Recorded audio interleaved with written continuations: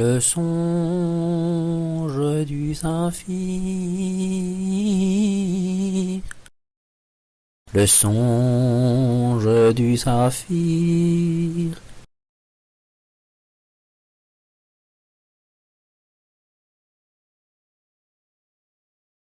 Affamé d'espérance, enfin je me jetai dans une infâme rêverie.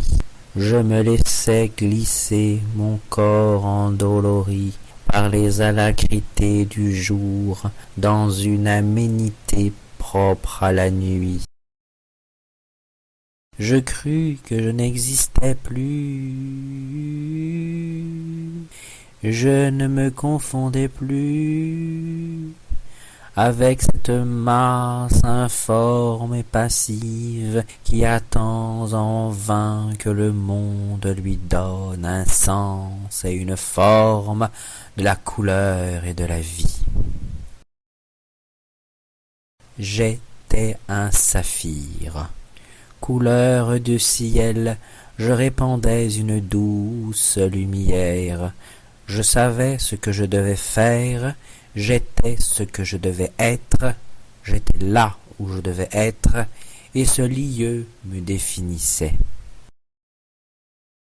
Il suffit d'un soupir pour que je me réveille.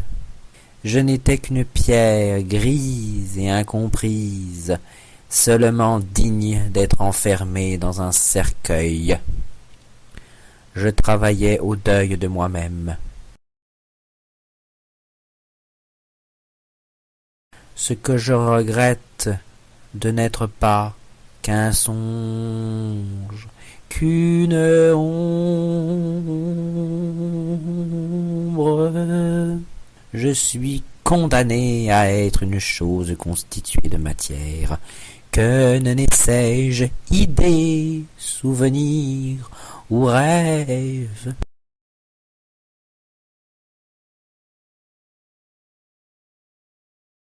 Je veux vivre par les songes et les nuages, je veux être une nuée encore plus subtile qu'une nuée, le rêve d'une nuée, le souvenir du rêve d'une nuée.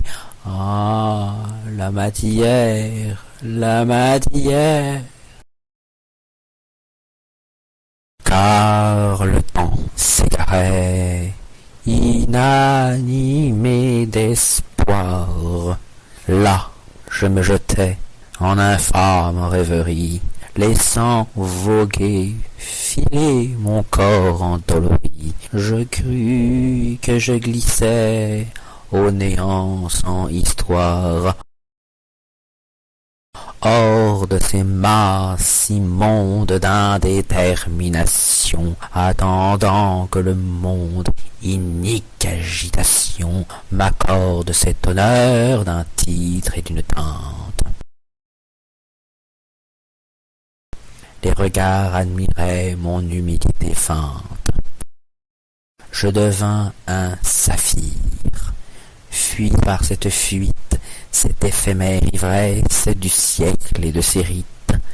Je semais la lueur, frôlant la perfection, de l'ordre immaculé d'une froide raison.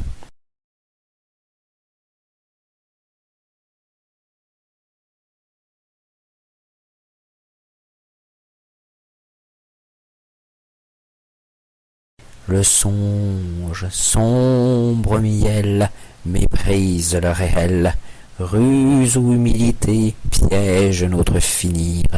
De même les mortels rêvent de devenir de verts pierreries aux couleurs du ciel.